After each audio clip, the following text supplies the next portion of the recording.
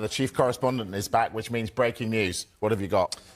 Arsenal's trip to St James Park was never going to be easy, and the early stages of the game lived up to the intensity and drama expected whenever Newcastle host one of the Premier League's giants.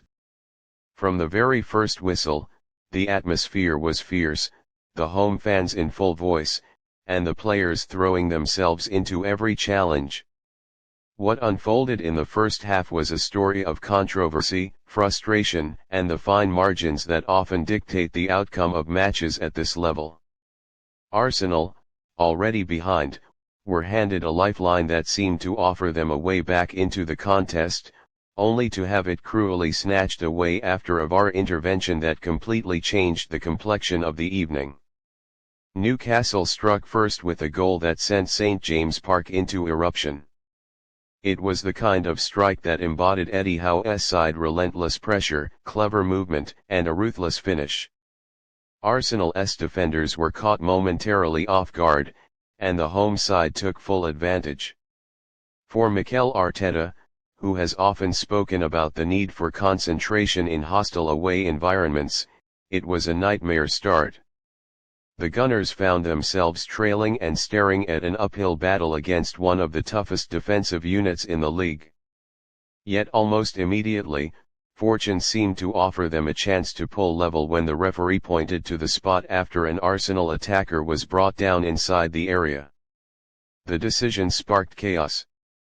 Newcastle players surrounded the referee, gesturing in disbelief, while Arsenal fans, packed in the away end, roared in relief at the prospect of a penalty to draw themselves level. For a brief moment, the balance of the game seemed to swing back in Arsenal's favor. But in the modern game, the drama does not end when the whistle blows, it only begins. VAR signaled for a review, and the referee was instructed to check the pitch side monitor. What followed was a painstakingly long assessment of replays from every possible angle.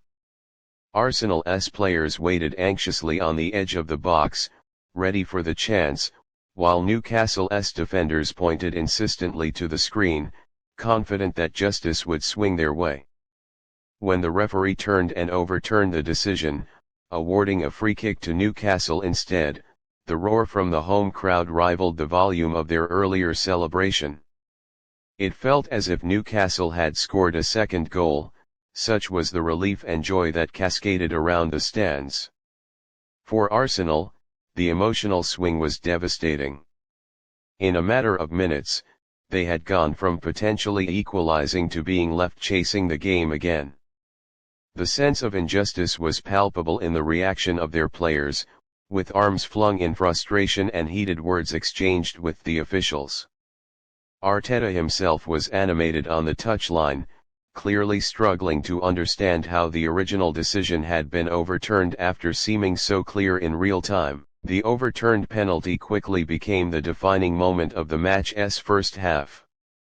Every challenge, every refereeing call afterward was met with howls from both sets of fans, each convinced that the officials were conspiring against them. For Arsenal, however, the incident created a visible shift in their play. They pressed harder, moved the ball with greater urgency, and tried desperately to silence the Newcastle crowd, but the sense of injustice seemed to weigh heavily on them. A team that had come into the match looking to maintain its push at the top end of the table now looked rattled, struggling to maintain composure in front of goal. Newcastle, on the other hand, fed off the energy of their supporters and the reprieve from VAR, digging in with their customary defensive discipline and looking dangerous on the counter. VAR decisions have long been a source of debate in the Premier League, and this moment will only add fuel to the fire. Supporters of both teams will dissect the incident for days to come, slowing down the footage frame by frame, arguing over whether the Arsenal attacker initiated the contact or whether the Newcastle defender made a genuine attempt to play the ball. What is undeniable is that the momentum shifted dramatically after the decision. Had Arsenal been allowed to take the penalty, the narrative of the match could have been entirely different. Instead, they found themselves battling not only Newcastle's physicality and organisation but also the mental strain of feeling denied. As the match progressed, Arsenal tried to rally, with their forwards pushing Newcastle back and looking for openings, but the Magpies stood firm. Every clearance was greeted like a goal, every tackle cheered as if it sealed the points. St. James Park thrives on these moments of defiance, and Arsenal's task became even harder with each passing minute.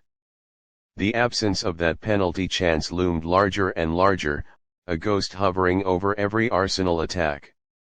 When the final whistle blew on the first half, the visiting players trudged down the tunnel visibly frustrated, their supporters still seething over what they had witnessed. For the neutral viewer, the game provided everything the Premier League is famous for: intensity, atmosphere, and controversy. Yet for Arsenal, it was another reminder of how difficult these away trips can be and how heavily VAR decisions can influence not only the scoreline but also the psychology of a match. For Newcastle, it was proof once again of their resilience at home, their ability to harness the crowd and use momentum to their advantage. The overturned penalty will dominate the headlines, but the broader story was about a team thriving under pressure and another trying desperately to claw its way back after feeling denied a fair chance.